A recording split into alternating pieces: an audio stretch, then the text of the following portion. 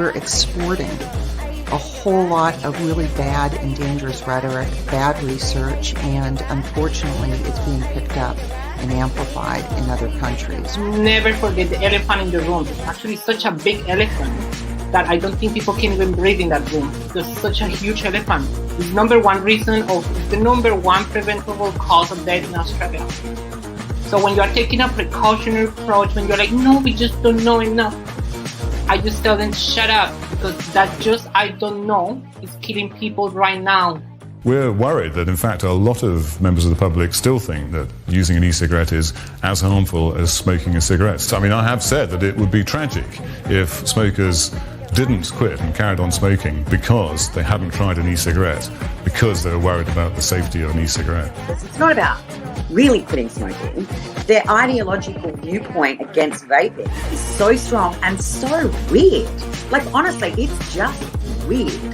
I don't know why it invokes this incredible sort of anger from these people. I mean, this colleague of mine said to me when I first moved to get the inquiry up, her comment to me was, why don't they just use a patch? And I said to her, do you smoke? And she's like, no. I said, have you ever smoked? And she said, no. And I said, well, shut up then. You don't know how hard it is to quit smoking. They don't give a shit about your health, public health. They don't care. What they care about is continuing to make money via taxes and via health care.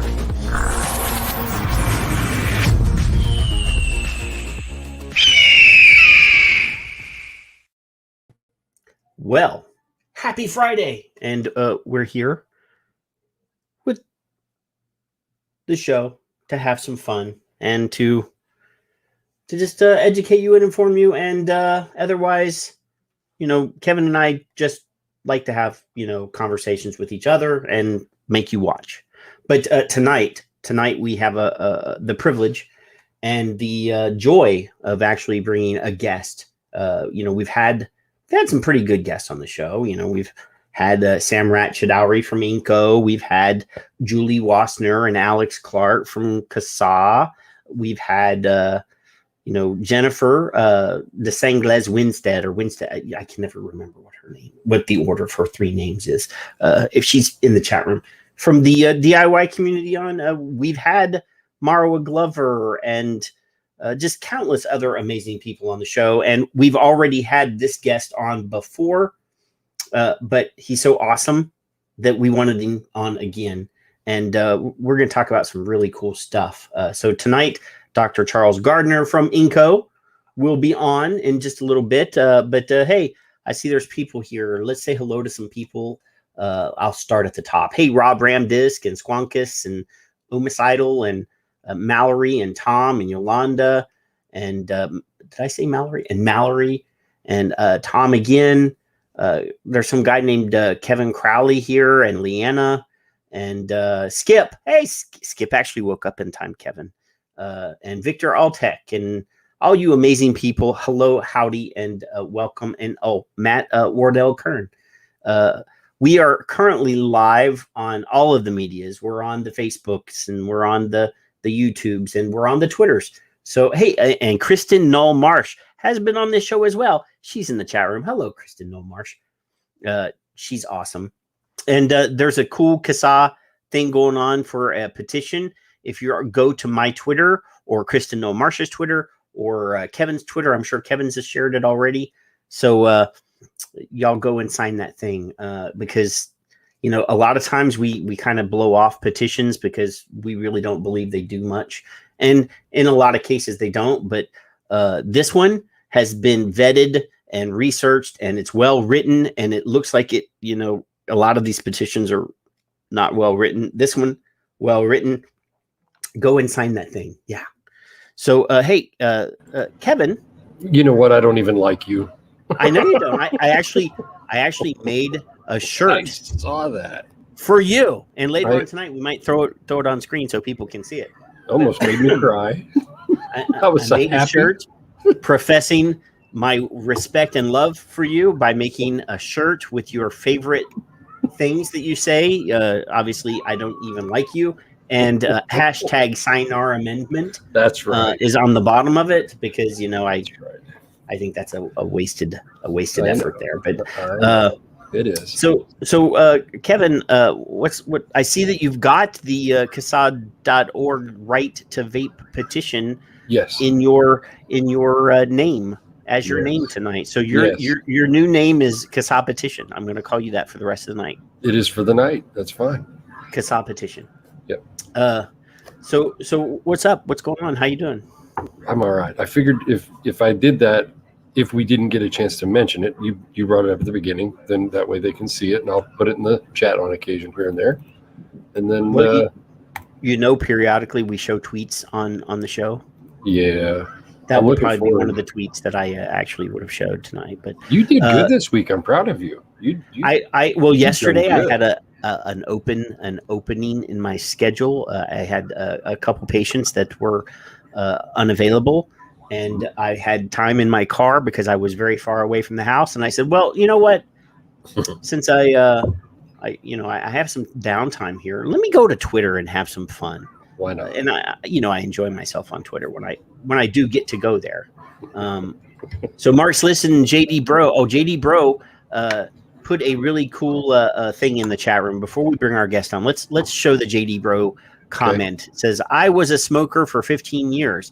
I quit cold turkey 9 years ago. Half a year ago, I experimented with disposable vapes. I got addicted again to nicotine. I decided after a month to quit again by gradually lowering nicotine. In 2 months, I was able to quit without nasty withdrawals. Health experts can claim what they want. I lived it in firsthand and can say without a doubt, vapor products are for the benefit of humanity. That's beautiful. Thank you, JD Bro. And, that does bring a point up to one of the tweets that I tweeted this week. It was a multi-point tweet to our friend. I can never say his name right. Raja Krishnamurthy. That guy. Yeah, I got other names. I did a multi-point tweet at him this week, like a 5-part tweet. And one of the points was that, hey, the nicotine without all the other crap is a lot easier to break the habit, Kevin. Yep, exactly. Yep. But hey, without much more jibber jabbering, let me invite our friend and our guest, Charles Gardner, into the chat, into the screen. Hello, Dr. Gardner. Hello, let me just say I don't like either of you. Well, that's understandable because we are a bunch of chuckleheads and we're quite rude. Oh, good. So we'll all fit in then. It does come across pretty the sarcasm, is pretty strong in me and also in Kevin. That's healthy.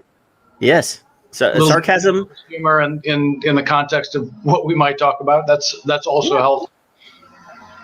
So, Charles, say hello to everybody and kind of introduce yourself to the folks.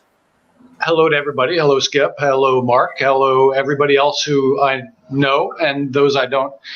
I'm Charles Gardner. I'm the executive director of INNCO, which is a nonprofit organization with 40 members in 35 countries all over the world, and we support the rights and well-being of 98 million ex-smokers like us who use safer nicotine in order to quit toxic forms of tobacco. And I would say we're fighting for our survival. INNCO is just about to launch a program of our own called Safer Nicotine Superheroes. Hope people will look for that. And this month, our myth of the month, I'm encouraging everyone in the safer nicotine community to put out on social media everything you think and everything you know and every piece of evidence you can collect on smoking cessation.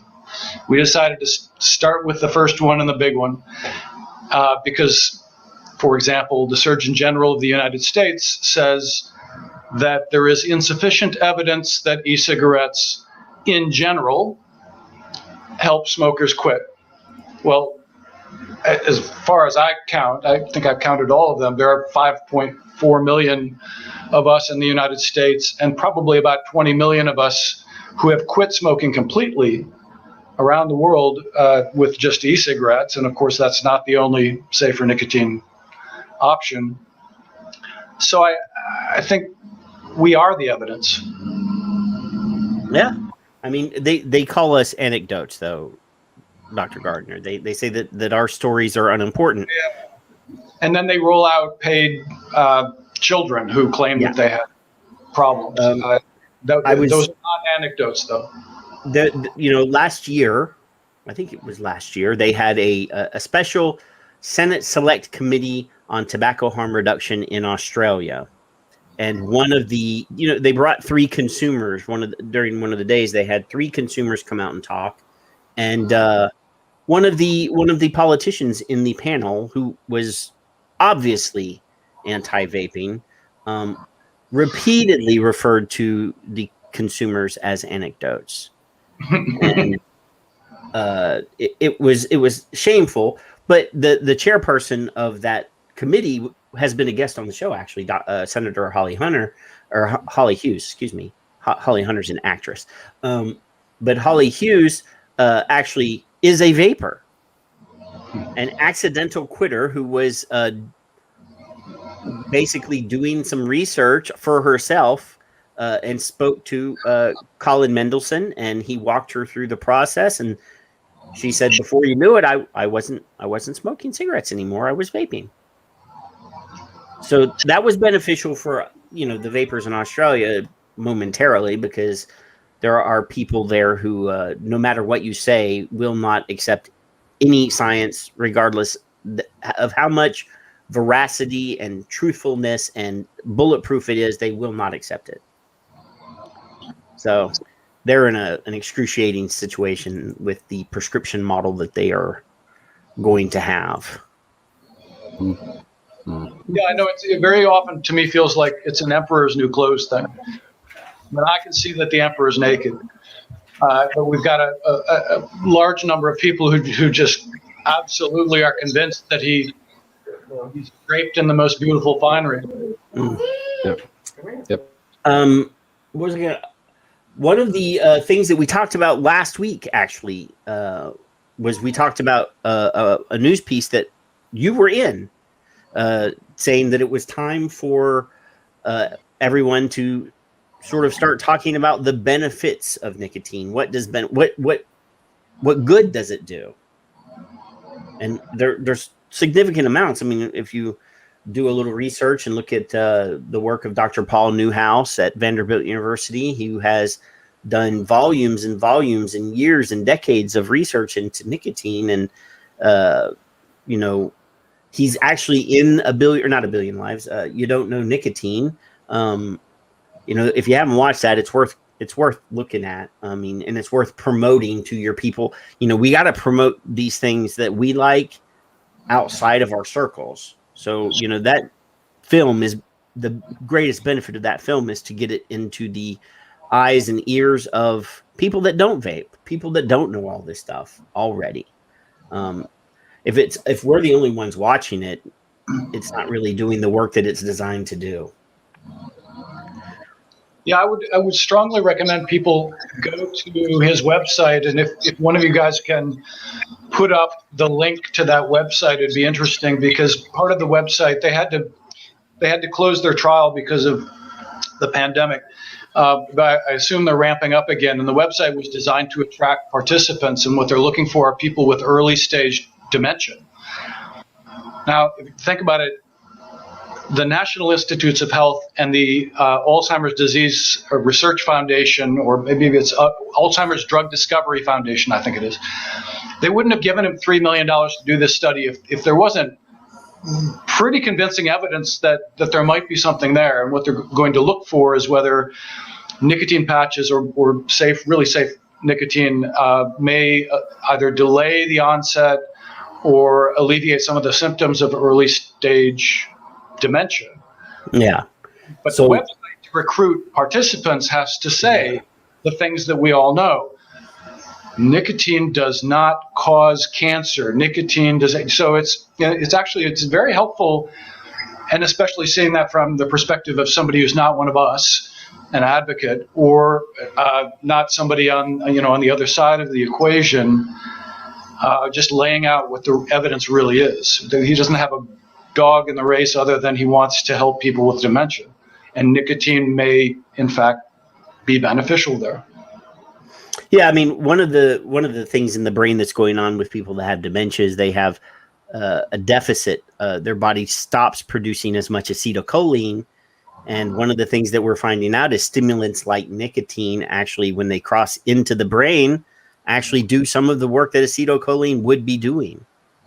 So, I was thumbing through some of his stuff earlier and talking, looking at the differences between acetylcholine and nicotinic acid and the things that are, how it affects the brain and where it's doing all of its stuff, which, I'm in the health field, but I'm not a neurologist and I'm not a neuroscientist, but I do work with a lot of patients that, are in that area that, have issues with, neurological problems and, developmental problems and things like that. So, it's really, interesting when you get your neuro geek on and start looking at stuff like that. I see Jay Love in the chat room. Hello, Jay Love.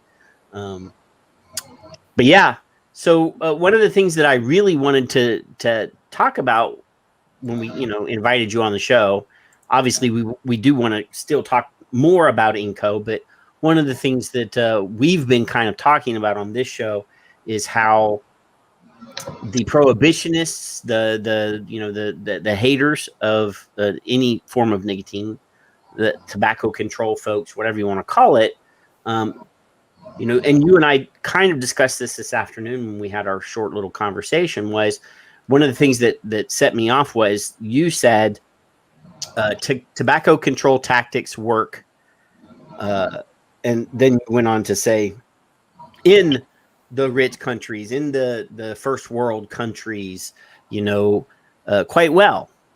But then, obviously there is a huge disparity between the amount of rich and educated people that smoke and the poor and underserved that smoke. Obviously, we've talked about how in the Black brown community, smoking rates are higher.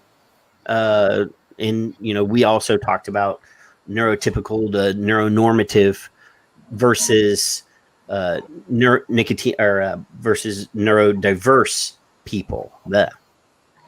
So these are new vocabulary words for a lot of people. Yes. So neurotypical is someone who suffers from no mental health issues whatsoever. And neurodiversity is a relatively new term that's kind of politically correct for just the whole spectrum of different things. And it's people who are suffering from anxiety, people who have chronic depression, adults suffering with ADHD or autism, Tourette's syndrome. And so it's a whole range of things here that, I'm a former smoker, and I started vaping in 2014. And I've done a lot of things in global health, but I only began to look at the tobacco control stuff 3 years ago. And I remember when I started, because I'm a neurobiologist, so I'll take a look at what does nicotine do.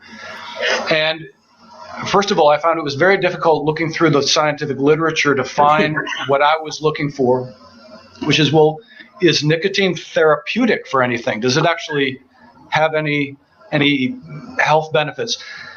Because most of the research is about smoking, right? But when you drill down, then you stumble across dozens and dozens and dozens of papers. Somebody might say, well, it's not conclusive because we don't have the whatever definitive trial, but it really starts to accumulate. And people, for example, in the Parkinson's disease research field will tell you straight off that, oh yeah, nicotine is neuroprotective. It prevents Parkinson's disease. I mean, that's kind of a conclusive thing now. We've known this. The smokers have much lower risk, but we now also know that people in Sweden who use snus have a 60% lower risk of Parkinson's disease. That's a neurological disease. And it looks like in animal models that is also confirming that the protective element is nicotine. It's not some other shit that's in the tobacco.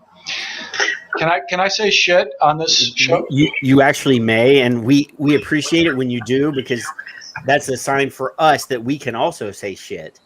Now, when they do those animal studies, I've seen photographs of like little PVC tubes like this, and they jam the poor rats in there and then put an end on it so they can't back out. Is that the same? Do they do animal studies for the benefits of nicotine in the same way? No.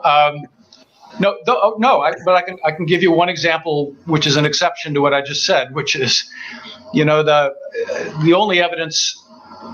There is absolutely no human evidence that nicotine harms developing brains.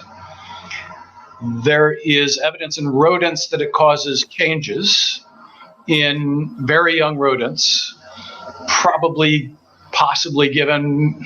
So it's very hard to find what's a comparable dose of nicotine that comparable to what a human would receive, and then give that to a mouse. But in rats, there are changes in the brain, measurable changes, and the changes, it turns out, they're comparable to the same kind of changes you would get from caffeine. But nicotine causes changes in young rat brains. But if you put them in a cage with an exercise wheel when they're older, it's completely reversible. Changes go away. They become just like a normal rat. So It does make me wonder if a lot of the effects that we see are what happens to a rat in a sterile cage, much less the tubes that you've seen those photographs look horrible. But, so, I mean, and there's another example of this is the research that's been done with opioids and rats, right? So if you put a rat alone in a cage with a lever, the rat's going to push the lever, boom, boom, boom, boom, boom. He's going to get his heroin.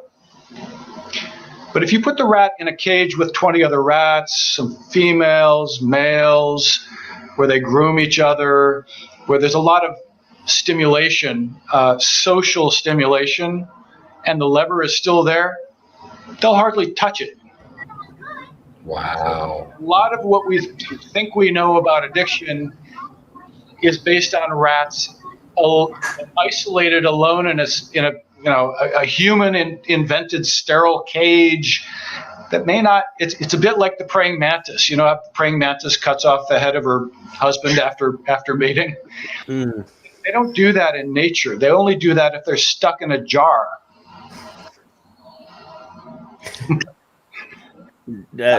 I'm just hoping that my wife doesn't get into a jar with me and close the lid then. There you go. Stay out of jars, Patrick.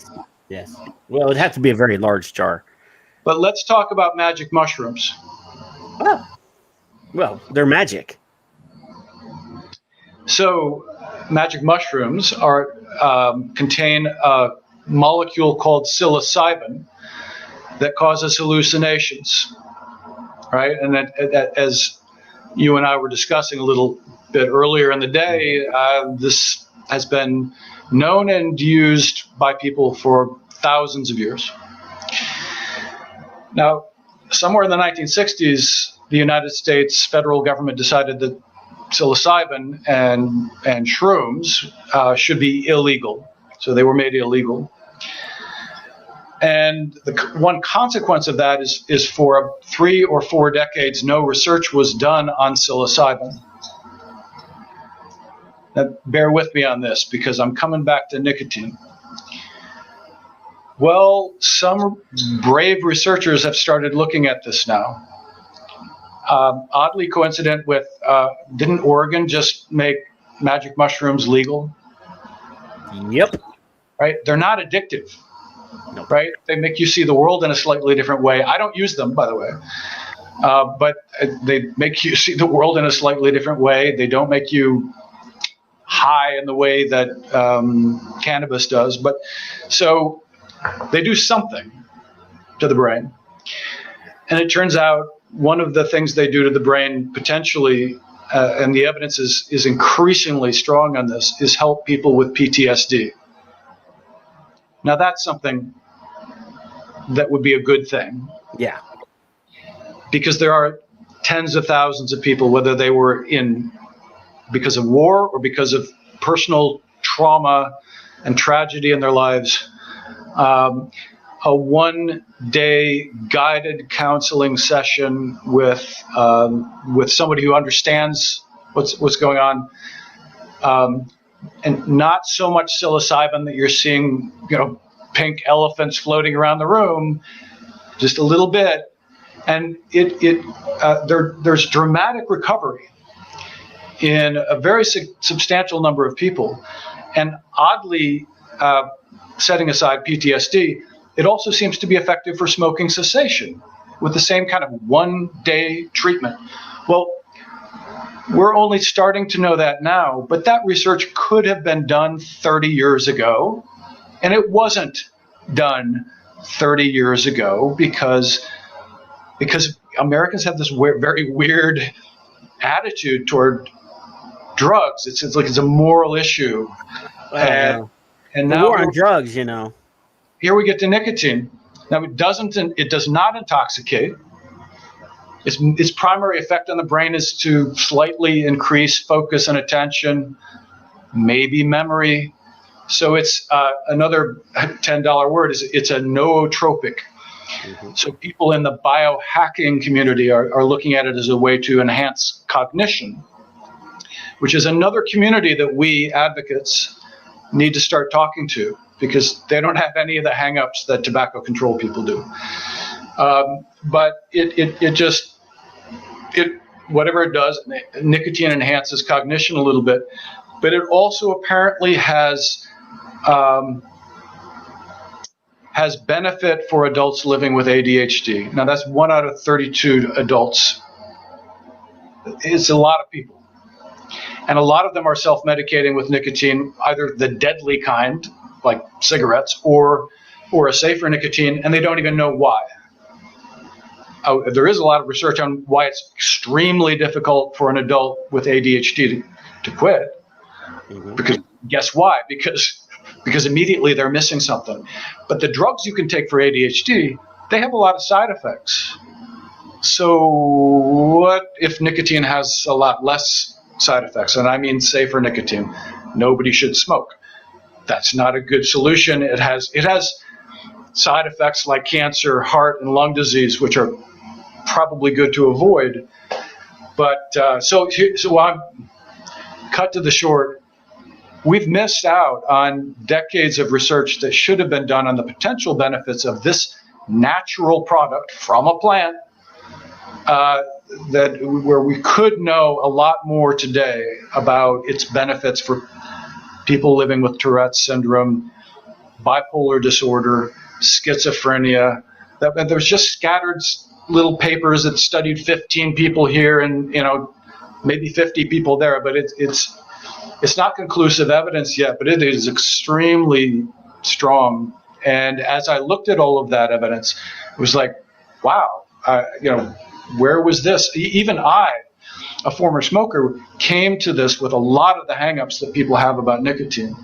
It has truly been demonized as much as heroin, in my opinion. Well, I mean, when they poll doctors in America, and 70% of them say that cancer or that nicotine is a carcinogenic, or 80% of the doctors polled say that nicotine is carcinogenic, that's sad. We find the same thing in other countries. It's also 80% of Indian doctors who think the same thing. So basically, the old saying, 4 out of 5 doctors, the 4 out of 5 doctors are profoundly misinformed. They believe something that is demonstrably wrong, that if they just went Actually, if they went to even to the International Agency for Research on Cancer, which is part of this organization, they would learn that nicotine does not cause cancer. It's on their website. So how did we get here? How did we get to a place where the tobacco control field has made people stupider? Not stupider, less well informed. No. So this is a tweet from the current Surgeon General says that there's an epidemic of health misinformation, and he's released a guide, a call to action on confronting health misinformation, and he's one of the purveyors of said health misinformation. So I actually had to tweet at him, and I said, does anybody actually believe that the Surgeon General has done a U-turn and will own his own denial of science from his previous short tenure as Surgeon General? Your misinformation about vaping caused plenty of smokers to keep smoking due to your lies about tobacco harm reduction and vape technology. Amen. This is the reason why. This is to answer your question. Yes. I mean, when the people that are supposedly the well-respected authority on public health doesn't even tell the truth.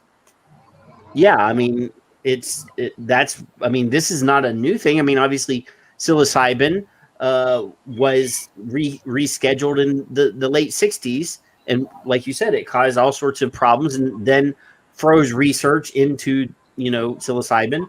The U.S. government actually owns the patents on all extracts of cannabinoids and held the keys to the kingdom of medical research on all of the cannabinoids until, enough advocates got up and screamed about it, and slowly but surely they've released the reins a little bit. But I mean, technically, that's important middle ground, because if you think about what's happening now in the United States with the legalization of cannabis in many states, a lot of what helped to tilt that needle to move public opinion was a growing understanding that for some people, cannabis has health benefits, right? So people talked about medical marijuana.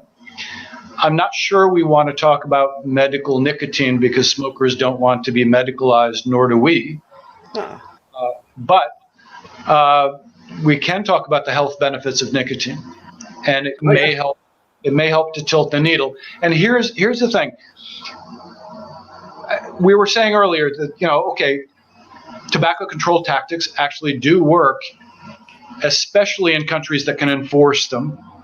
And that has tended to be high-income countries. Mm-hmm. And in high-income countries, we've been able to get the smoking rates down dramatically since the 1940s, say. Now, especially after the 1960s, so smoking rates came down. A lot of that was because we ramped up the taxes, so we made cigarettes less affordable. And we implemented bans, indoor bans in bars, bans in restaurants. So we basically taxed and banned, but we also increased stigma, which is completely unethical. Shame and demonize. And you reach a point of declining marginal returns on added investments in taxes, bans, and stigma. And that's about where we are now in the United States, with 14% of our population smoking. So 34 million people smoking. And here, what's interesting is the CDC, the Centers for Disease Control, says that 40% of all the cigarettes smoked in the United States are smoked by people with mental health issues. Yes. And you named a whole bunch of stuff earlier. That is just it's as if you read my mind. So we have 14% of our adult population smoking. What percentage of those people are people living with neurodiversity issues? Almost half. And I've asked that question of some people who are a lot smarter than me, and I don't have a straight answer yet.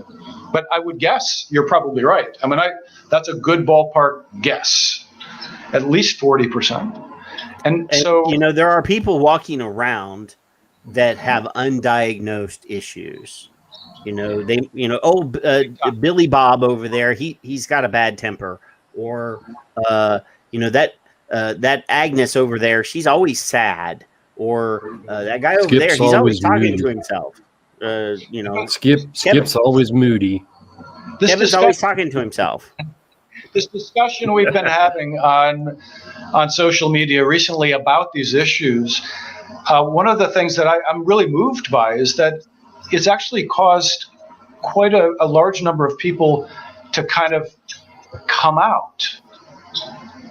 It's like coming out of the closet. I have ADHD, or I have autism, or I have Asperger's syndrome. So that's great. These are wonderful people, the major contributors to our community.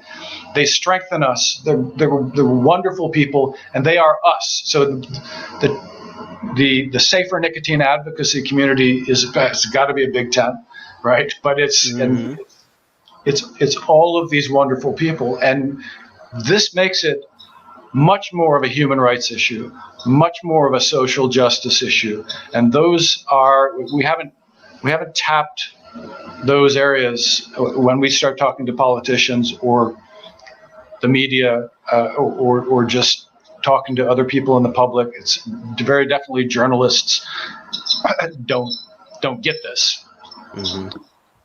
That there still are 34 million people smoking in the country, and for the most part, they are our most vulnerable communities. It's not just people with neurodiversity issues like ADHD, bipolar, schizophrenia. It's also low-income people. It's indigenous people. It's LGBTQ people. It's people who are homeless, and it's people who use drugs. All of these things are associated with very, very high smoking rates, and smoking is killing them. So obviously, a safer nicotine alternative would be a good thing. So so there are places in some states where you will not be given access to mental health services if you either smoke or vape. Yeah. No, yes. I mean, one of the things that I tweeted about, and I've showed the tweet multiple times on the show, was if your kid, for example, if you have a kid that's vaping or smoking for that matter, instead of demonizing and attacking them and shaming them, find out why. Come at this from more of a compassionate angle. There's probably a reason why.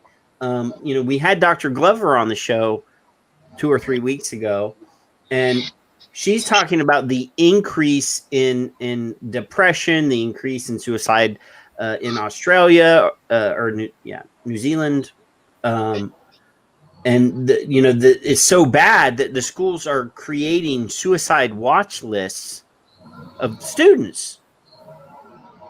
And I'm like, well, what is the guidance counselor doing other than making a list? Because it seems to me, if you're claiming that there's a nicotine epidemic in your country and youth, you might use that list that you're using as a suicide watch list to go and see if you can target some of these kids for counseling and maybe find out why they're using nicotine, and also maybe help them not kill themselves. It doesn't make any sense to me that everybody's sort of sitting on the fence on this matter, when the cry is out there that you're spending all this time. One of the principals in New Zealand apparently got busted for going into the girls' bathroom because apparently vaping is so bad that he feels like he should go and look under the stall door to see if the kids are in there pooping or they're vaping. And, it's your priorities are all fucked up. Right. If we go back to 1975, 35% of kids in American high schools were smoking. Yes. There was none of this moral panic back then. No. And the absolute total nicotine use by teens in the United States has declined. It's dropped and dropped and dropped. It went up a bit, maybe because of grunge rock, but then it came back down again, and it's gone down. What's happened in the past 10 years is the source of the nicotine has shifted from cigarettes to vaping, but it's continued to go down, and the same has happened in the UK. So like this panic about nicotine is just like it's an invented and pushed, well orchestrated moral panic. Yeah. $1 billion fraud. Now, teens, let's all agree, teens should not be vaping. Oh yeah, no. Or smoking, or drinking, or using cannabis, or And using. If they are, we need to find out what's wrong. We need to ask them why, because it's an excellent point you're making, Patrick. You're right. mean, if mental illness is at at an increase in American youth or youth all over the world, from what it looks like, then we need to figure out what the hell's going on. So when you say that it's ADHD, I wonder, out of curiosity, has ADHD become higher since the smoking rates have gone down in teens or youth? We'll say youth because God knows what age they really think is youth. If that's another thing that's gone up in the United States while the smoking rates are going down, Yeah, I mean, one more thing. I think that's really difficult to measure because the psychological community keeps redefining what it means to have ADHD. So not only that, okay, if the definition keeps changing, then how do you compare how much it is this year to what it was 10 years ago? I think somebody raised this really interesting question I had not thought about in a tweet today, which is for people who have ADHD,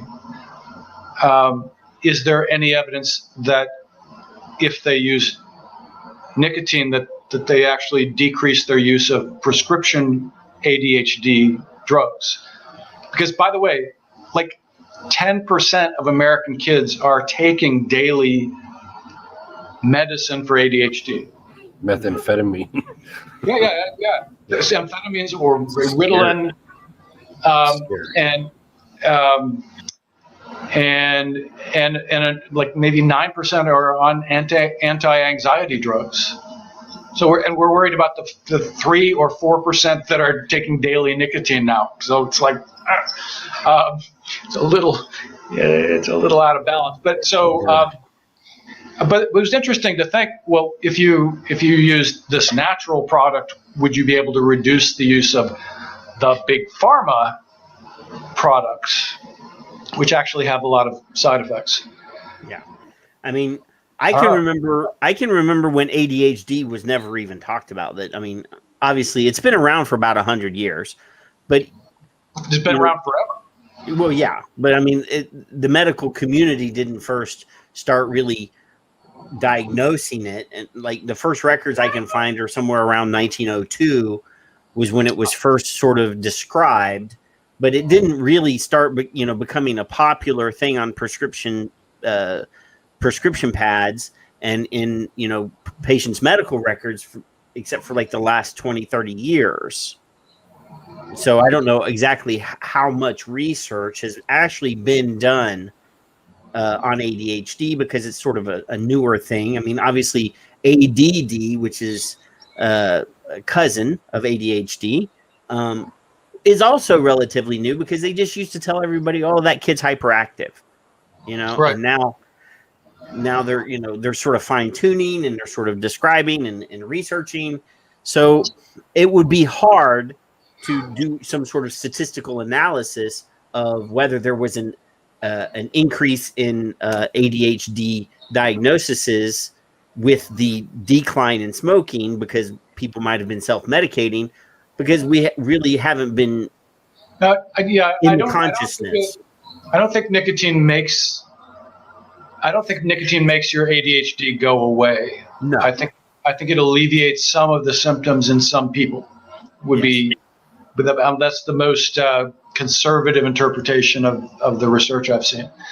And the same, with Tourette's or some of the other disorders. It definitely helps people with schizophrenia focus. Yes. So if it makes your voices go away, or no, seriously, if it helps you, people are using nicotine because it helps them. And so that's not a bad thing. Mm-hmm. And we need to recognize that people are not just using nicotine as a recreational drug. Alcohol is 100% and only a recreational drug. Cannabis, we used to think of it that way, but now we understand that cannabis, for some people, especially, for example, people recovering from chemotherapy, it alleviates pain, chronic pain. Okay, that's great. It helps them. So, with very few side effects. We live in a world now where, everybody wants to pretend like they care about other people. I don't always believe that the people that claim that they do, but being in a more compassionate society, shouldn't we be looking for options on how to help our fellow man?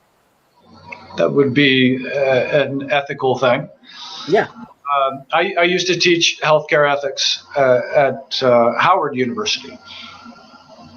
And the 5 basic moral principles are beneficence, so do good, right? I mean, this is to medical students and nursing students. Do good. Non-maleficence. Don't do bad. Adding to everybody's vocabulary here. Yeah, do no harm. I was going to say, repeat that for me. Non-what? Non-maleficence. That's a $10 word, man. And maleficence. Autonomy.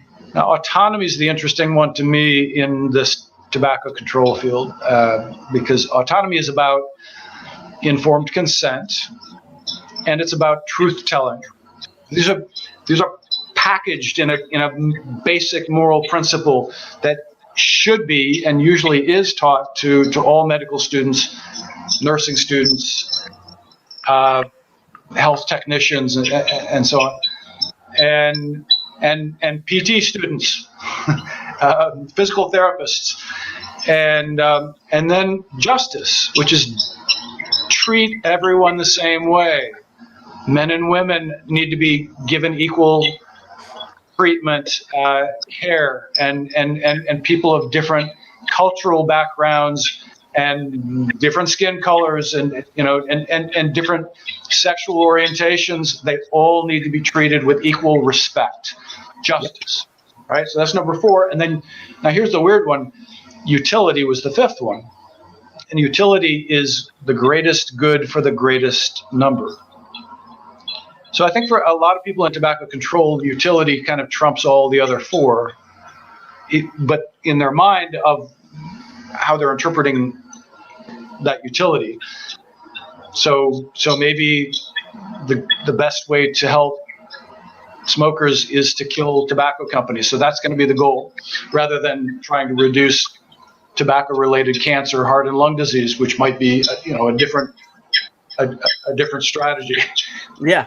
Well, I mean, and you do realize that there are so many people in tobacco control that are not medical people. I mean, we have a guy who's the most well-respected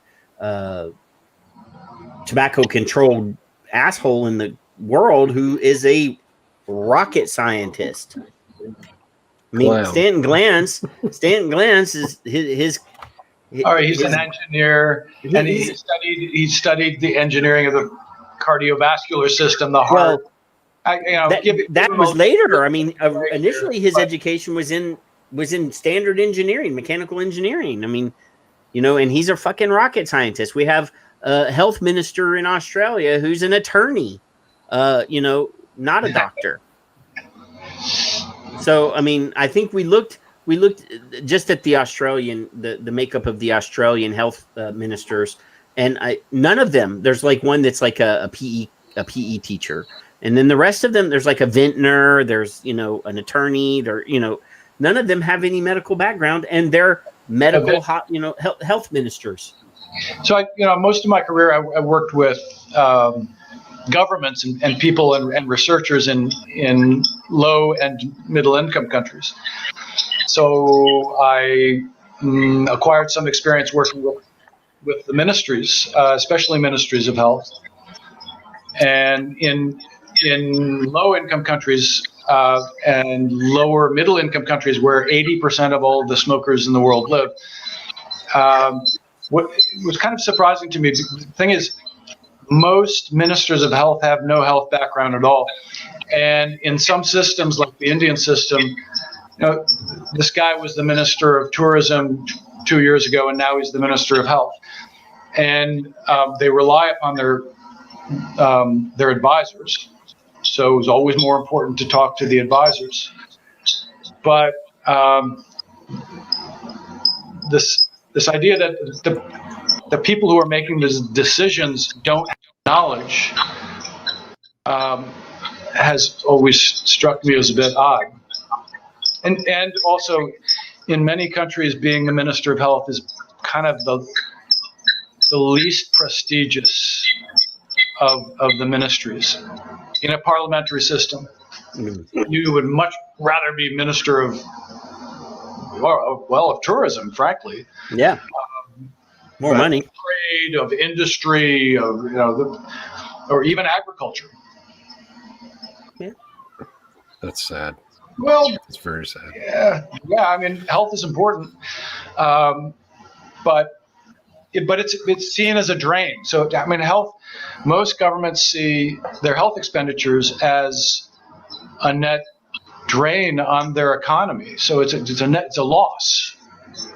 So that's not a good thing. Whereas like a science ministry is about innovation and about increasing productivity, and which is generating wealth.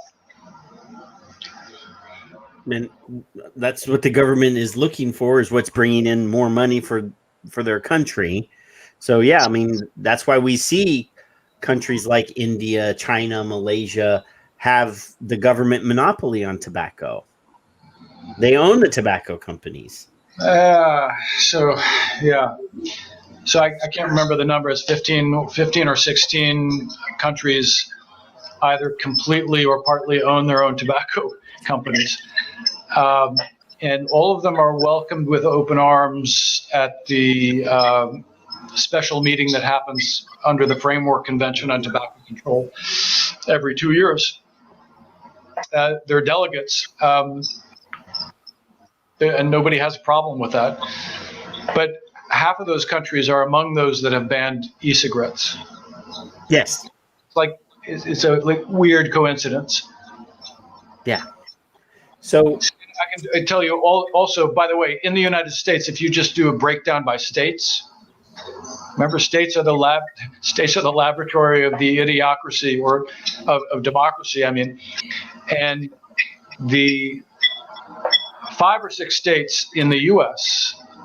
that are the most hostile toward nicotine vaping also are coincidentally exactly the same ones that are most deeply in debt because they borrowed against future payments from the Master Settlement Agreement.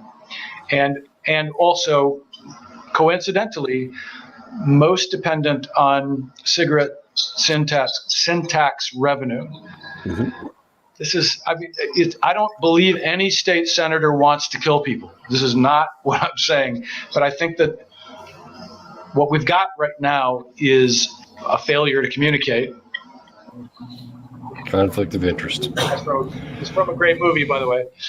And we've got a massive conflict of interest or a massive perverse incentive in the system, which is not leading to good outcomes that will lead to better public health and, better health for everyone. And I don't know how we're going to get out of this one. I'm just amazed that you made a Cool Hand Luke reference. There we go. It's one of the best movies ever. Oh, God. I can eat 30 boiled eggs. 50 boiled eggs. It's a great movie. George Kennedy, Paul Newman, Steve McQueen. Paul Newman is there. Oh, Paul Newman, yeah. Paul Newman is Luke. Here's a failure to communicate. Yep, and then get in the box. Yeah, boss. Yeah, that's a hole, boss. That's an excellent movie. But so how do we talk about the benefits of nicotine, though? I mean, how do we approach these people who have been proselytized, preached at, indoctrinated, whatever word you want to use, to, say, hey, we have all this science and research and stuff that shows that nicotine is not the devil. Nicotine doesn't poison kids' brains. Nicotine actually is neuroprotective. We have science now that shows that nicotine helps people with Alzheimer's, people with ADHD, people with depression, anxiety, bipolar, schizophrenia, all these different things. How do we start that conversation? Well, so in a perfect world, in the United States, our National Academies of Sciences, Engineering, and Medicine, NASA, would be asked to conduct a study about the health benefits and harms and addictiveness of nicotine. And they would take 2 years doing that, and they would enlist 50 or 100 scientists from around the world to reach conclusions. They did that for cannabis. So the report on cannabis and cannabinoids came out in 2017. It's a very good report. And it doesn't find as many health benefits from cannabis as many people claim, but it finds some. And we should have something like that for nicotine, given the fact that smoking kills 480,000 Americans, 8 million people worldwide every year, right? So, and nicotine is part of that. And then now the huge controversy is around all these new, safer nicotine products. What am I looking at here? This is the last National Academy of Science, Engineering, and Medicine's report. Yeah. This is from 2018.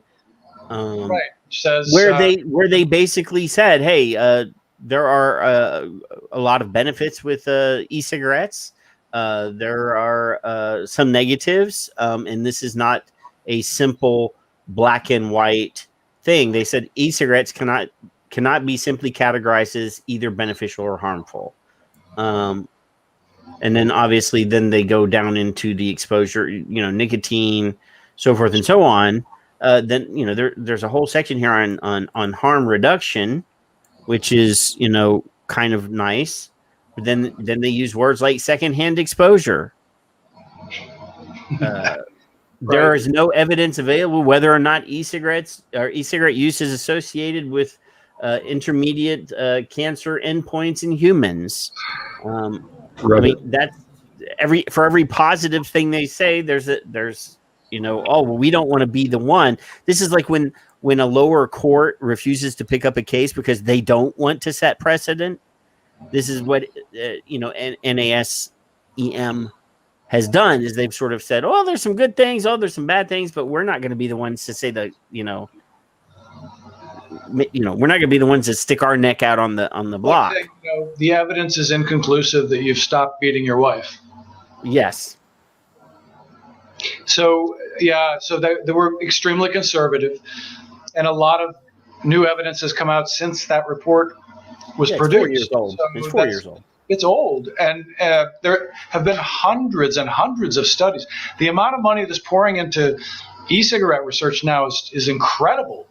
And one of the things we need to think about in the advocacy community is the priorities in that research. So I would say, I'm just guessing because I don't have any data.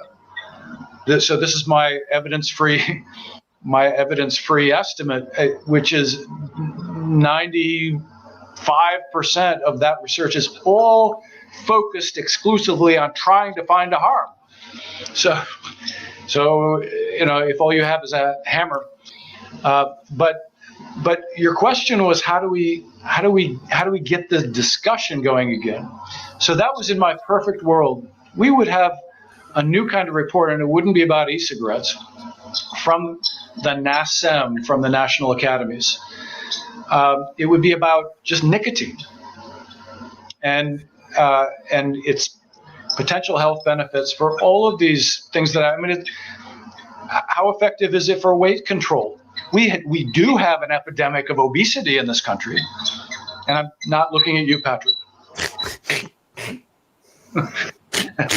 And they prescribed smoking in the 50s and the 40s. Yes. Oh, yeah. But women have known this since the 30s, that they would smoke to stay slim. Ballerinas have known this for 100 years, that you smoke to stay slim. And you would think it would be the opposite, right? Because it would mess up your lungs and you wouldn't be able to be the athlete that you need to be on stage. They smoked. A lot of dancers as well. So so this is like personal experience. This is like with cannabis. People say it really helps me with whatever, my issue. And lots of health benefits are ascribed to smoking cannabis. And they may be right. And it may be that we haven't devised the right study to confirm that. But we're talking tens of thousands of people using nicotine to control their weight.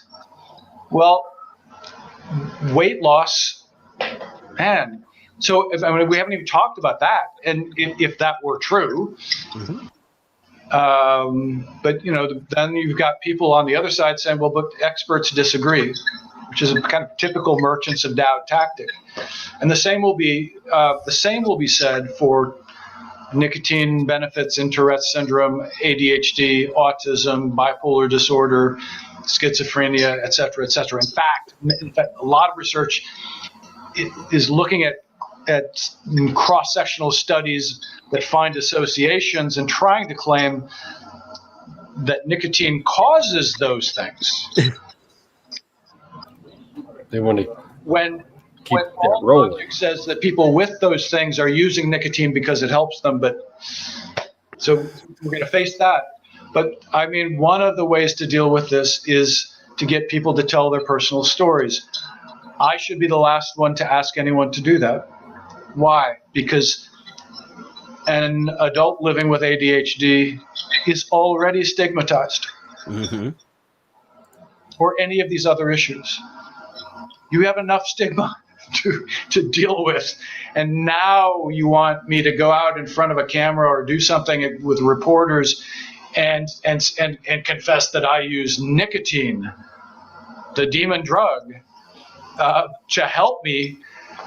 It's a double whammy. So it's kind of I'm asking for your advice, for your opinions. Like, how do we address this? Because I think it's a real thing. I think it's a real benefit, and I think it's really ignored. And I think it's kind of like a winning point for the team, but it's hard to find the right way to address this respectfully for the people who are benefiting from nicotine. Well, again, it's one of those things where every one of us that have diagnosed problems, and are willing to preach to the choir and willing to go out into the world and speak our truth, they're just going to say, well, that's not science. That's just another anecdote. That's just another guy who doesn't have credentials, who's not some sort of well-respected tobacco control guy, protecting the thing that he likes.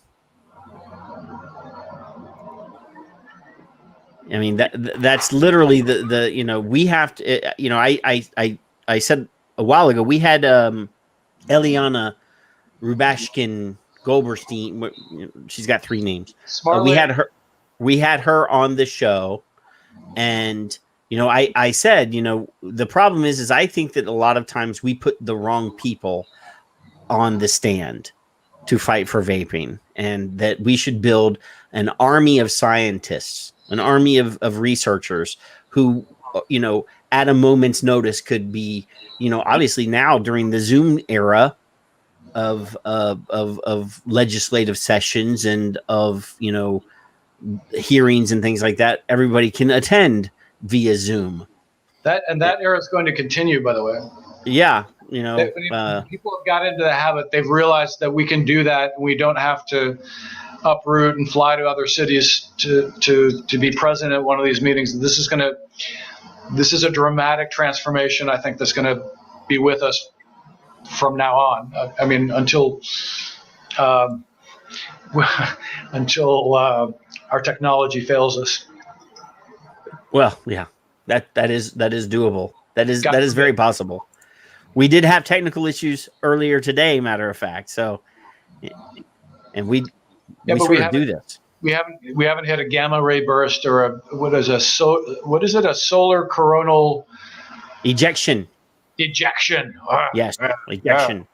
Yeah. So, but from now on. So anyway, yes. And so INNCO is assembling a scientific advisory board.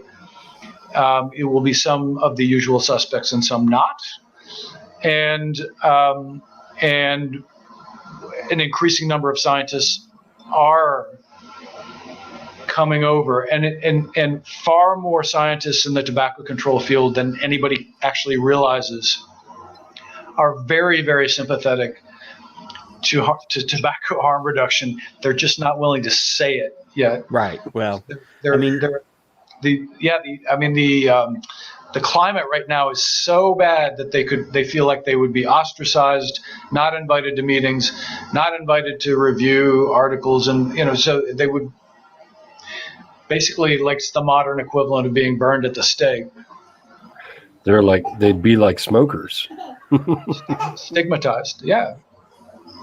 And when you have like this organization, which in its documentation says harm reduction in the same sentence with industry influence consistently, right? They're like as if they're synonymous. That's. I mean, I often say when in my previous incarnations promoted condoms for safer sex, nobody accused me of being a paid shill for big condom. I was just trying to save lives. And so but you have SRNT out there, refusing to accept memberships from people, let alone, refusing to allow them to present, refusing to even, How did that finally come down? I should know this better, but what I understand is that they have never allowed tobacco industry people to be members. That's not true. Not in the past 15 years or something.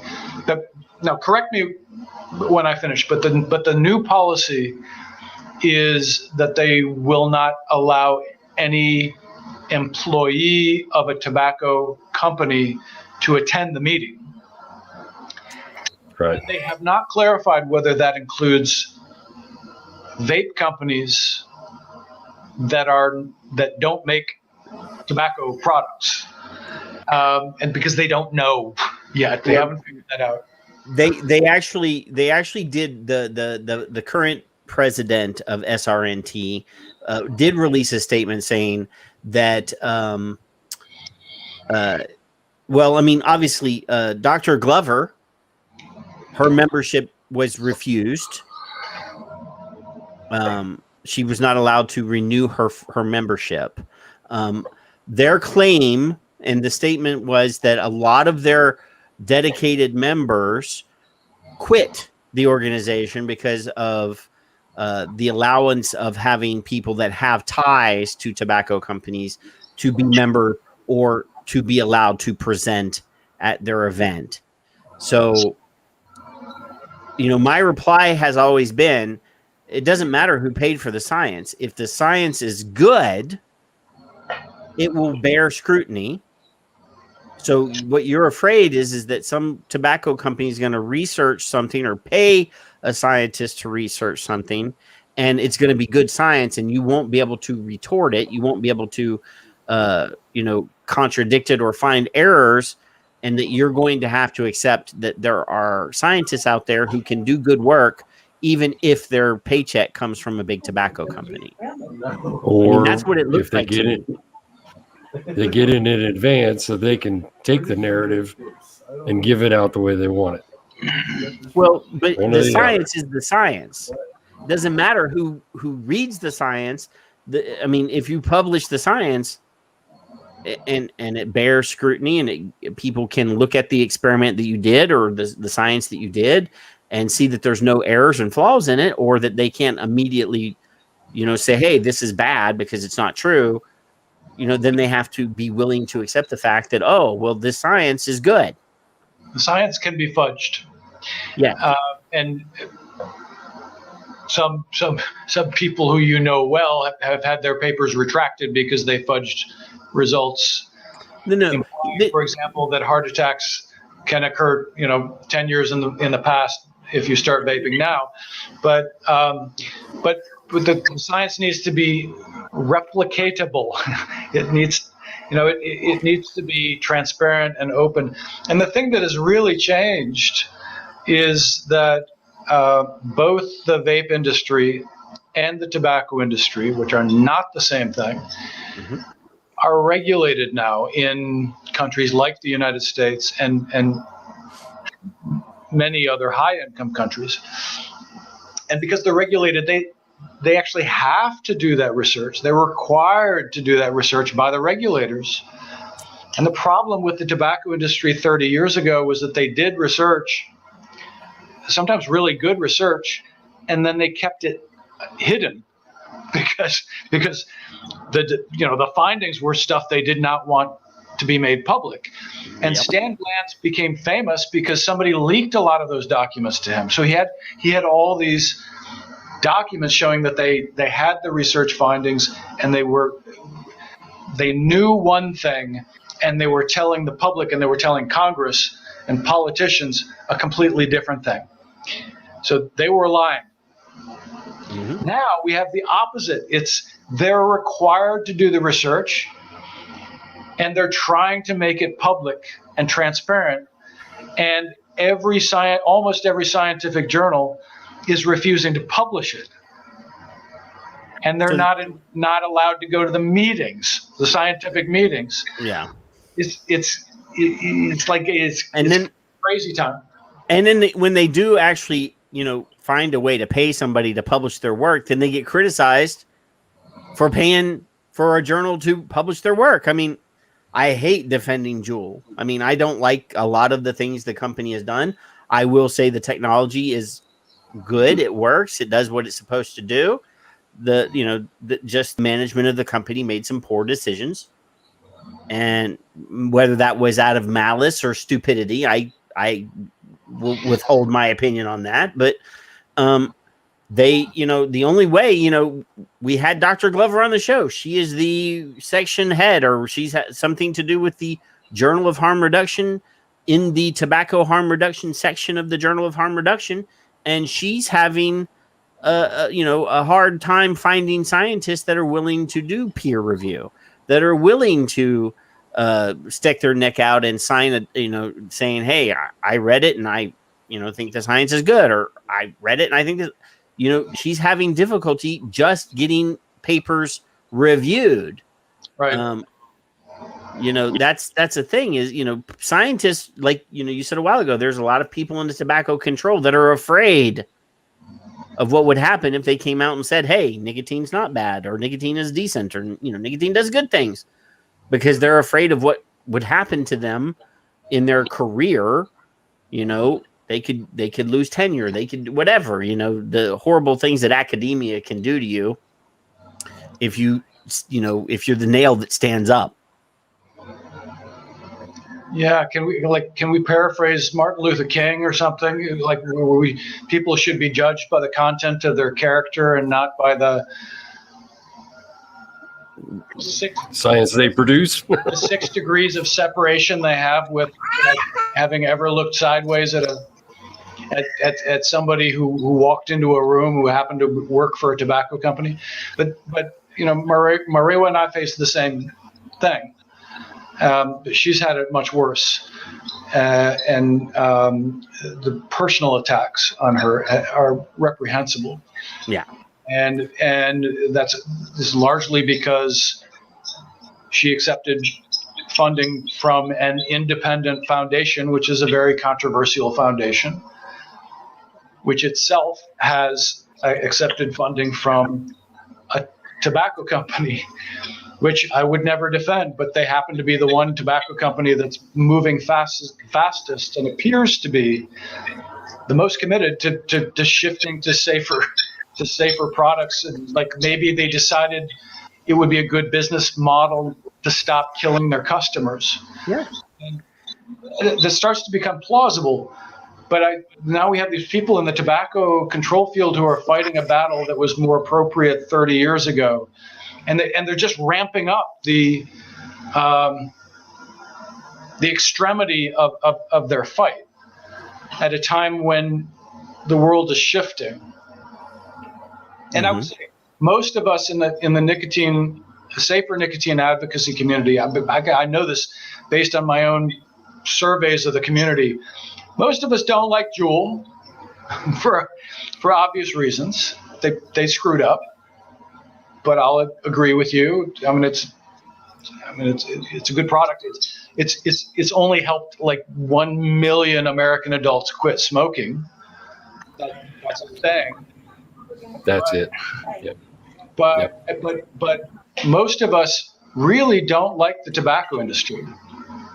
And a few of those who will say that, which is most of us, have a more nuanced view, and they'll say, well, except for the part of the tobacco companies that are shifting towards safer products. Yeah. But it's like I don't think that people in tobacco control, who they call all of us either anecdotes or paid shills. Yeah. They have no concept of, judge us by the content of our character. They have no concept of how much animosity there is in this community toward the tobacco companies that once addicted us. Yeah. I mean, if we look at the last 2 weeks, the last two shows, we've done stories about PMI acquiring 2 different pharma companies in the last 2 weeks. One was the acquisition of Fertin Pharma, and the other one was Vectra. And both of those companies pretty much own the science and the patents for novel delivery systems. I mean, in my opinion, and I said this before, is they bought the first company, I believe the first one was Vectra, and Vectra makes inhaled products. They make pouch deliverable products or oral dissolvables. And they own the patents on their delivery methods.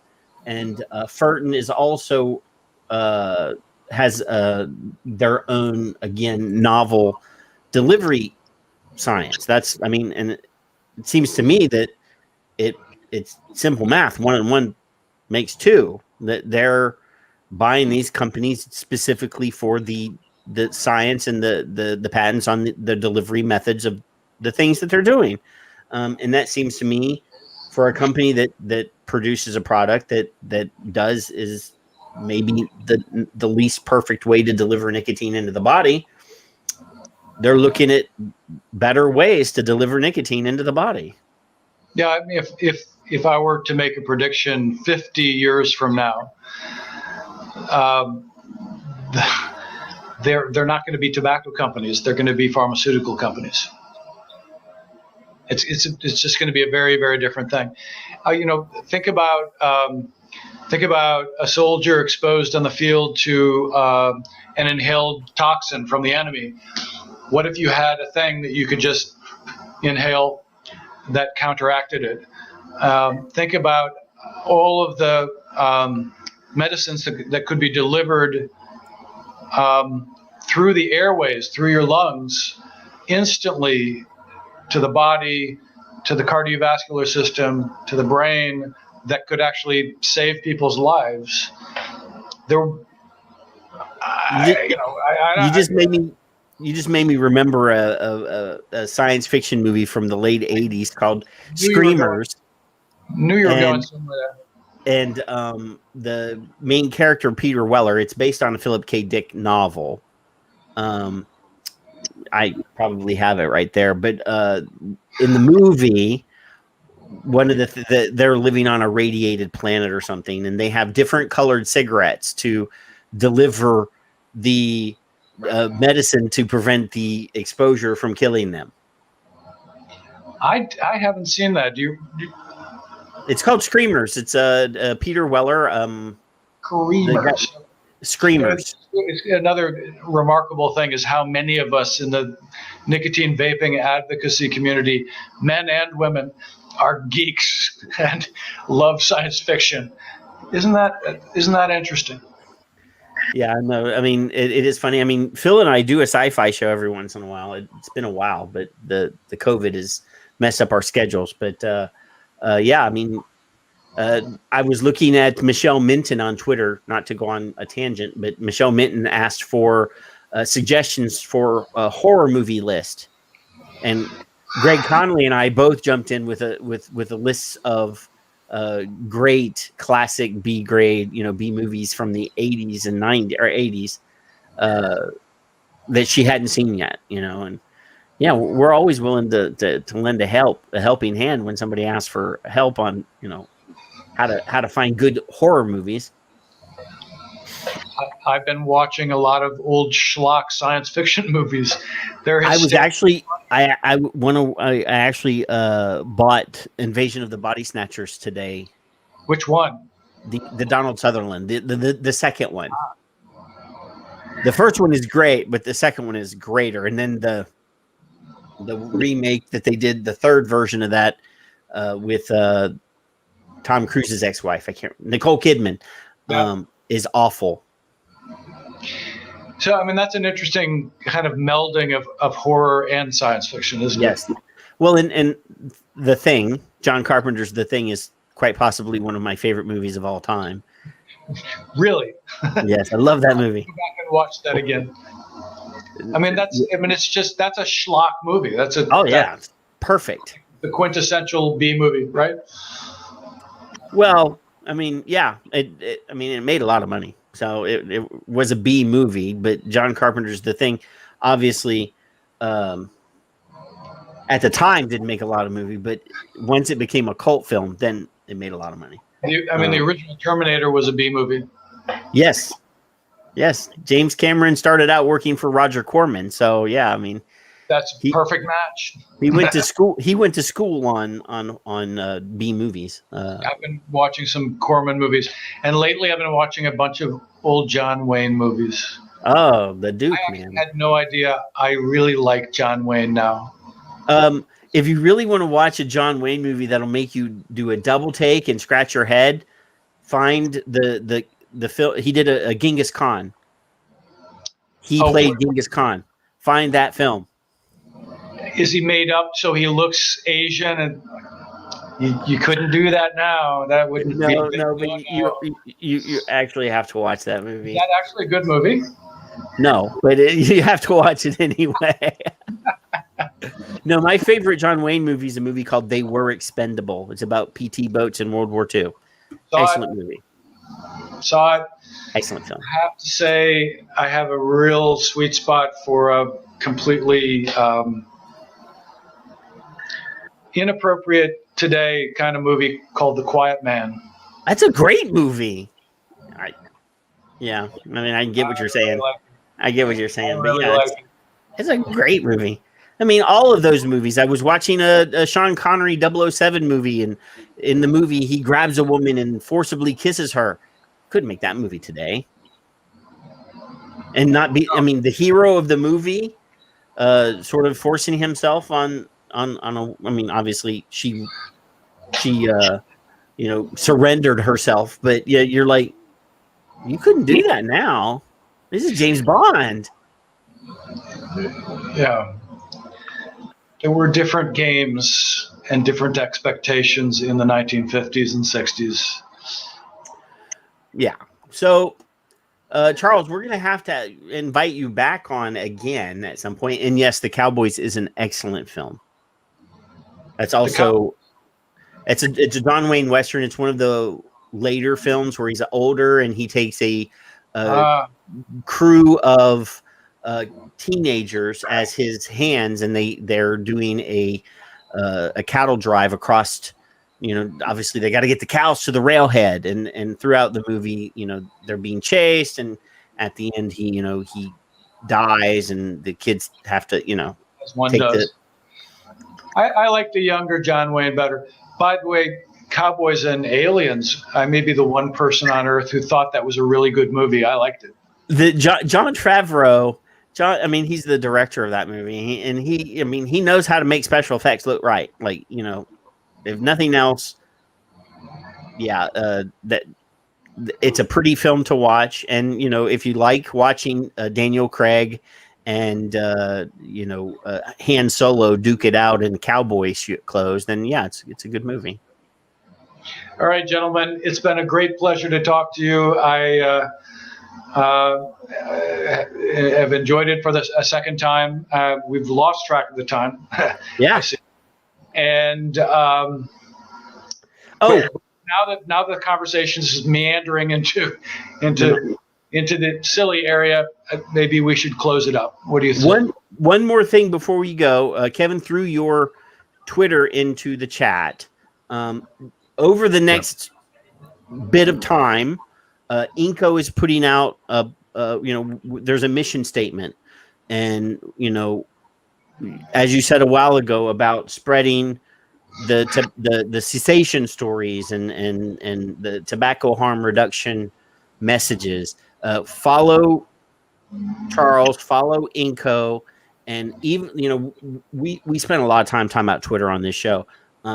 Even if you're one of those people that don't do Twitter very good or whatever, you don't have to write novels. You don't have to write the most powerful tweets, but follow us, because we're going to go on a short little vacation here on Twitter in the next little while, where we're going, INNCO has a specific mission on Twitter, and follow Charles. And when Charles tweets something, retweet it. Just like we talk about, read it, believe it, and then retweet it. Like we talked about on World Vape Day. Everybody, hits the heart button because that makes everybody feel good. Oh, it's like a little hug. But the retweet button is the most powerful tool on that Twitter platform. Because when you like something, some people might see it that follow you. But based on the algorithms, when you retweet something, everybody that follows you will see it. And when they retweet it, everybody that follows them will see it. And if you do like Kevin and I, and you quote tweet a lot, then people get your message, Charles's message, or whoever else we're retweeting's message, and it goes even further. So, get familiar with the retweet button. The heart button is fine. Like I said, it's like a little hug, but the retweet button is most important. There are some what's the word, Kevin? The Facebook and YouTube influencers. They like to hit the like button a lot.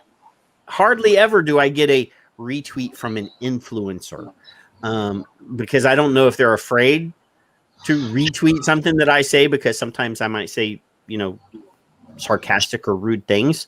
But yeah, we need to fall in love with the retweet button, because that's really what we're looking for, is to get stuff snowballing. The more people that retweet something that's got truth in it, the more people that will get that truth. Thank you for that, Patrick. And you guys are doing a great job. You have a great show. Thank you for that shout out to INNCO. Everybody, please follow INNCO. Also, everybody correct me if I ever make a mistake or I say something factually incorrect, because we all have to try to stick to the evidence. And we know this is a very emotional issue for all of us, and a lot of us feel like we're fighting for our own lives. But we also need to stick to the facts and to the evidence, and to correct each other when we stray. And so just you guys keep up your good work, and I follow you and love your work, and thank you for everything you do. No, thank you. I appreciate you, Charles. Believe me. Believe we me. actually, for the longest time, because I don't tend to look at the bold characters, I look at the ats. So in my head, I always call you Chauncey in my head. And I've caught myself on the show saying Chauncey. Oh no, Charles. That's okay. Just don't call me Chuck. A lot of respect for you for what you do for us as well. Believe me. Well, everybody in the chat room's thanking you as well for coming on again, and we hope you come back. Very appreciated. All right. I mean, and then we're going to talk about you when you leave. This is a big community. We're all friends. We support each other, and as we do that, our movement is growing. There's no question about that. So little by little, we advance, and it is a battle, but we will win. Hopefully, quickly. Amen. I hope so. Cheers, Good night, gentlemen. Charles. Thank you. Thanks, sir. He's looking for the exit button. Yeah. He's looking. Yeah, on an unfamiliar platform. Ciao. So I'm going to bow gracefully pretty quick, but I want to share the tweet. Which that one? You got to rub that shit, dude. I got to rub it. So I caught Charles earlier. Now that Logan has calmed down a little bit, I got my own comment in there, but I'm going to go straight to him. Is that large enough? Well, you're going to have to read it because I can't read it. Okay, there. Is that better? There, that's better. So louder for the back, for those in the back, cowering behind their "I love me" and no one else's walls. Imagine the ramifications of decades of stigmatizing and what is being done today on purpose. So, Dr. Gardner, I saw this quite a while back, and as soon as I saw the quote, I remembered it. So, because nicotine helps me remember. So we predicted as rates of smoking decreased through the latter half of the 20th century, associations between smoking and psychopathology, that's a $10 word, I'm sure, would increase. More and more of those who remain are using nicotine because it helps them. As an example, my son, I'm not going to make him stop smoking. I'm going to let him do his thing. So I'm not going to go through it, but I'm going to link this specific thing in the chat real quick while I mute the boy here for a second. While he's doing that, I did want to, I jokingly started this Teespring store for the Son of Liberty Radio. I put up some designs. Obviously these t-shirts all come in different colors, but I specifically did a nicotine enhanced because we talked about nicotine enhanced last week, which was the term that I wanted to start using instead of addicted. So I created this little design for nicotine enhanced. And we actually sold like 6 t-shirts, Kevin. But it comes in all these colors. So I'm going to go over here and copy the link for the show or for the store, because not only did I design that, I did throw the original Son of Liberty Radio shirt up, and also made it available in different colors for people. And then just to make sure, but wait, there's more. I felt bad. I did add a coffee mug, Kevin. There's the Son of Liberty Radio coffee mug, but there's also the nicotine enhanced coffee mug down here. Now, I did design this one for you, Kevin. I did create this design just for you. I love it. And I made it so that I think I only make $1 off of this shirt if we sell a shirt, Kevin. Oh my God. but I did try to make it as affordable as possible for everyone to own Kevin. And actually, Didymus, give me 1 second. Give me 1 second, because I did start working on a Simon Chapman design. Fix hair look. I did. Give me 1 minute. I have to open that design because I wasn't finished with it. But just in case there's people that would like to get a Simon Chapman, I've been blocked by Simon Chapman shirt. Give me 1 second. Jesus. Because I did show it to the Aussie guys. Yeah. And there was some pushback. There was some pushback from some of the Aussie guys because they were like, I'm tired of seeing him. But I did create a Banned by Simon design. With the saw. Is that a saw behind him? It is kind of a saw, and his eyes are crossed. What I felt like I needed to do to make it, because maybe I need to make it look a little bit goofier, was I'm going to make his eyes a little bigger and maybe make his forehead a little bigger or something. I'm going to still work on it. This takes time, for me to fiddle with this stuff and do all this, but in 3 days, I've sold 6 shirts, Kevin. We've sold 6 whole shirts. Oh my God. Yeah, that's I might actually even have him stick his, he's looking at the camera and his eyes are crossed and maybe do this. I don't know yet. If you go through Juka's timeline, you might find a picture. Or 50. I'm not sure if he's the originator, but there's some Simon ones. Pippa must have been been lurking in the background because she did just pipe in that Simon is her best friend. So, so yeah, I did throw the link to the Teespring store in there because any money that comes from that is going to initially any money that we make that we can afford. Once we get enough T-shirts sold that I can buy Kevin a second monitor, that's what that money will be for. It's not going to be to enrich my life. We'd have to sell a lot of T-shirts to really make it worth my while. But Demetrius tweeted that he bought 2 shirts. Kathy in California bought a shirt. I did. Oh, and there's girls shirts in there for the the people that want to have a girl shirt. Just saying, and there is a really sexy looking. I shouldn't say sexy looking, but there is a here. I added my wife's nursing organization's designs that I showed you guys the actual design on the show already, but I did a design for my wife's nursing organization. But they have, it's all girls or mostly girls. So this is the girls' sexy tank top. I could easily put Kevin's face on that if there's. Please. At least put a hat on me or something, right? I could get the sexy tank top and put Kevin's face on it if you want. I'm just saying, If you want. And whoever said Fig's hair, I had a Fig's hair design a long time ago, but I do have the Karen design. I could easily redraw the Kevin with Karen hair if people would want that. I didn't want to sell T-shirts because I didn't want to, like, when we did the Vaping Militia, like I had cases of T-shirts in my living room. Yeah.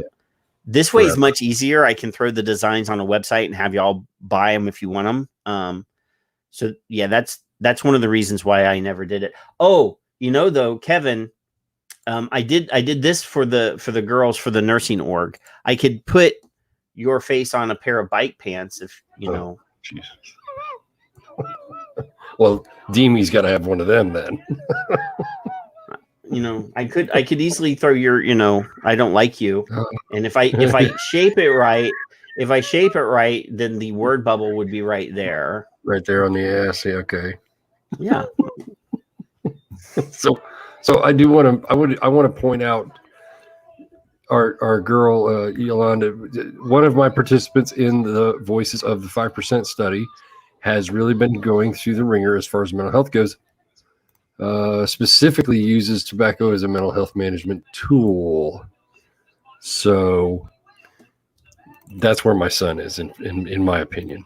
And he can vape if he wants to, and he's tried it 15 ways, and he doesn't do it. So, well, Mallory, I do want to point out that Kevin is old, and he may not be able to recognize the front versus the back. I'm just saying. Oh, hell, I didn't see that. You were going to what I thought was the cheek. All right. There is no promo code because the markups have been put down significantly, Mowgli. Mowgli's asking for a promo code. We're only making $1 or $2 per shirt. So yeah, there is no promo code. Is that Mike Hunt or Greg Hunt that Pip is talking about? Oh, and I still do have that old design that I did of Greg Hunt that I used on Twitter. I could easily throw that on a t-shirt for the Aussies. The Americans, the Americans may not get that, but I did do a graphic a long time ago of Greg Hunt talking about the prison states of Australia. That's pretty old. I may not be able to find it right away, but I do have that design as well. I'm sure that Paul remembers that. So yeah.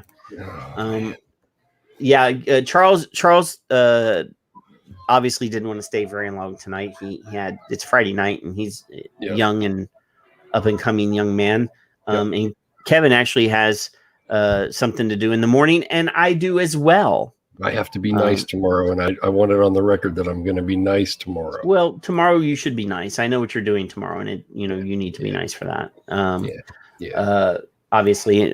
So, I think we have had a successful show tonight. We've brought a point of view that we've been pushing on this show already. I mean, we've been talking about neurodiversity and the benefits of nicotine on this show for a long time, but it's always best and awesome to have, somebody that has credentials and respect, an education level. Yeah. Saying the same thing that I have a very high education level. It's just not, not in that. I don't even like you. It's not in that area.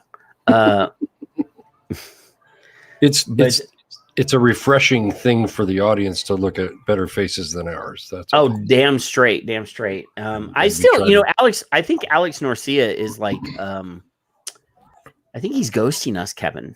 Okay. I don't know why. He said, "Yeah, I'll come on," and then he said, "Yeah, I'll come on, but I'm moving. Give me a week or two." And plus, he's been on everybody else's shows now. Like I invited him before some of these people, and he went on their shows. So I think he watched our show and he's like, "Those guys are chuckleheads." Self-proclaimed chucklehead. Hey, we wear that like a fucking flag, dude. That should be a shirt itself. So yeah, I appreciate. Obviously, when we have awesome guests, people that don't normally watch the show or that don't watch the show frequently appear, like Kristen Knoll Marsh. Has been in the chat room.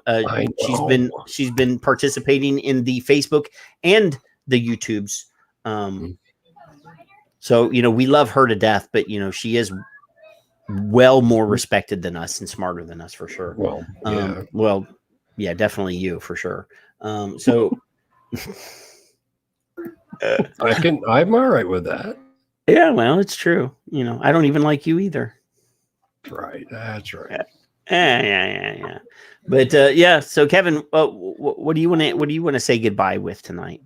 That there's 40 questions I had for Charles, and it wasn't possible because I wanted to not interrupt him.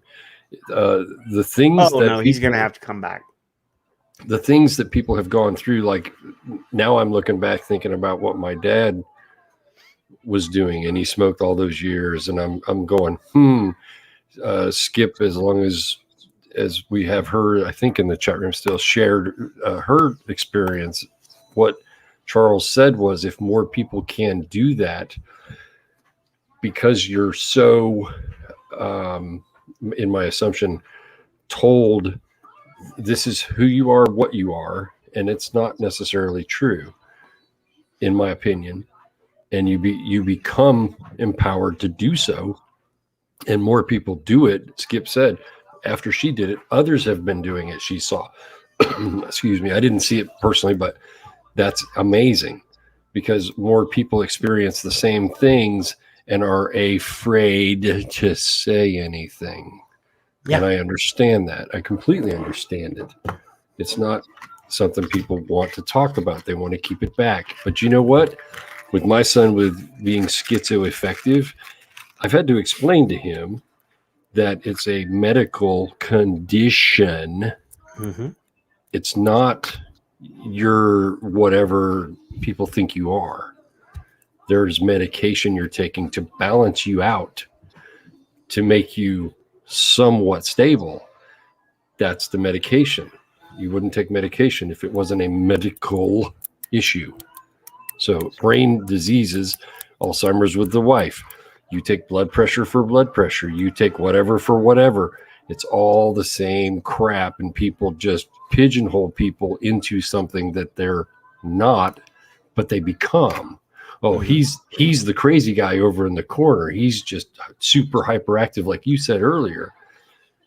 It's taken out of context. Well, he's just, he's angry all the time. Well, there might be a freaking reason for that. So if Charles has influenced you guys to share something like that, do so under him, under Skip. I would love to see that, not to embarrass anybody. You have to be comfortable in your own skin to do so. But if you are, please do, because if he's right, and we get the what did he say? What was the bio word he used? Biohacking or something. Oh no, yeah. Biohack. If we have another community that we don't even know about and we're being told about it and we don't use it, we're all insane. Yeah. So move that needle towards what Charles has given us as another tool. That's all. Yeah. So, no, the biohacking. Yeah. There's a really good documentary on documentary series on Netflix about biohacking. They just put the second season of that up, and that's a community of people who are now, with the technology advances that we have with DNA rewriting DNA with CRISPR. There are these people out there that are using that technology to try to improve themselves. Yeah. Okay. And that's what that's about. But obviously mental illness is one of those things, that doesn't get, obviously it's quite popular right now. It's sort of in the zeitgeist now. It's in the the mind of a lot of people. There's a TV show called Atypical, which is about people that are the main characters on the spectrum, and other, things like that are happening now that we are embracing. But mental illness is one of those things that still doesn't get the attention and the actual financial backing to really improve and innovate new treatments and new science in those areas. The biohacking thing is on Netflix. I said that. It's what he said earlier kind of struck me, because there was somewhere, I think it was Fleabag Lady, for those of you who know her on Twitter, that gave me an article where they banned mental health. Think about being in a mental health facility, just whatever it is, whatever you want to call it, in your areas, and you're inside a mental health facility or a nursing home, if you want to go that way, and you are not allowed to smoke. Think about that for a second. You're just not allowed. You can't do that. Does that help? No, it don't freaking help. Let them freaking smoke. Leave them alone. No, our nursing facilities, they're allowed to smoke. In prisons, think prisons, same exact thing. Or the number one commodity that's sold in prisons between inmates is fucking cigarettes. But what do they got to do to get it? So this is insane. This is insane. Yeah. So, I mean, I just want everybody, we've talked about a lot of things. We talked about a lot of things on this show that we've sort of touched on in the past. Yep. But, yeah, I mean, the idea that we're punishing people, we're demonizing people, we're shaming people for a behavior without actually trying to figure out why why are they doing that thing that why is important? Because, 40% of the cigarettes that are sold in this country are bought by people that are suffering from some mental illness, from some neurodiversity, thing. Undiagnosed even. Oh, there's plenty of people that are, there's probably people in the chat room that are suffering from something that they don't even have, obviously, I don't know. Obviously Tic Tac's got a bunch of problems, but, just. So, yeah, love you guys. And yes, we're doing, I shouldn't say a short show. It'll be a 2-hour show by the time we're done. We're giving you 2 of your hours back from the night. Skip. This is actually all in honor of Skip. She has to be up early in the dark parts of night to go to work, and we didn't want her to miss anything tonight. She said that she has to be up at like 3 a.m. to go to work. So, yeah, we're going to give you guys 2 hours of your own time back to you. I don't like to beg. But go to the store and buy a fucking t-shirt, because we need to buy Kevin a monitor, because I'm tired of him not being able to see what's going on in the show when he's trying to do a share screen. So help us out, dudes. It's a couple dollars. We sell enough shirts. Kevin gets a fucking monitor. And I don't know why Teespring doesn't offer distribution in New Zealand. They do have EU and US distribution now. And maybe somebody will buy you a shirt and ship it to you. I don't know. I won't do it, because I actually still have Vaping Militia t-shirts in my and we closet. all know your record of how to ship something is pretty poor. I'm really not really good with the postal service. Jennifer, I didn't see her in here. And Nick was in here, so Nick was in there being a little bit off color. We're trying to be serious tonight, and he's like making jokes in the fucking chat room. I don't have to talk to him about that. We're trying to be respectable when we have smart people on. And we're gonna cover a Moffitt thing next week too, by the way. So Moffitt just came out. Moffitt Centers or the Moffitt Institute? Oh, okay. All right. Moffitt Cancer Centers. Yeah. Oh, yeah. That's the one. So, yeah, love you guys. Enjoy your weekend. Go and be around the people that you love or that love you. You may not love them in return, but you know what I'm saying. So Eggship was based on a person? I have no idea what that's I mean, obviously, I don't even want to get back into that, but I don't know. I haven't heard anything after we did the show on Eggship, and everybody that I know that was using it had problems. That's all I'm saying. I don't know, but thank you, David Moyle, for asking. I don't know. I'll find out. Maybe we'll talk about that next week. Y'all be good. Love you, and enjoy your weekend. Enjoy your family time. Try to remember that we're just trying to save people's lives. We're just trying to prevent 1 billion people from dying in the next 100 years. Oh, by the way, one of the things that we're looking at is trying to find out how many people in the world who were smokers that are now vapors or vaped and quit vaping. How many people have we actually quit with vaping technology? How many people have we actually saved? That's one of the new things that we're trying to figure out. So, be on the lookout for that stuff too. So, y'all be good. Bye, Kevin. See ya. Bye.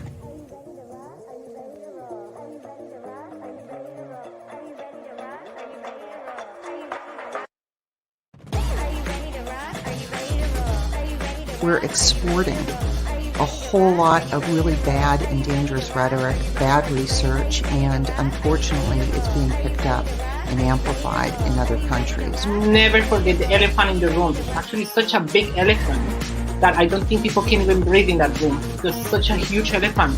It's the number one preventable cause of death in Australia. So when you are taking a precautionary approach, when you're like, no, we just don't know enough, I just tell them, shut up, because that just I don't know is killing people right now. We're worried that, in fact, a lot of members of the public still think that using an e-cigarette is as harmful as smoking a cigarette. I mean, I have said that it would be tragic if smokers didn't quit and carried on smoking because they hadn't tried an e-cigarette, because they were worried about the safety of an e-cigarette. It's not about really quitting smoking. Their ideological viewpoint against vaping is so strong and so weird. Like, honestly, it's just weird. I don't know why it invokes this incredible sort of anger from these people. I mean, this colleague of mine said to me when I first moved to get the inquiry up, her comment to me was, why don't they just use a patch? And I said to her, do you smoke? And she's like, no. I said, have you ever smoked? And she said, no. And I said, well, shut up then. You don't know how hard it is to quit smoking. They don't give a shit about your health, public health. They don't care. What they care about is continuing to make money via taxes and via healthcare.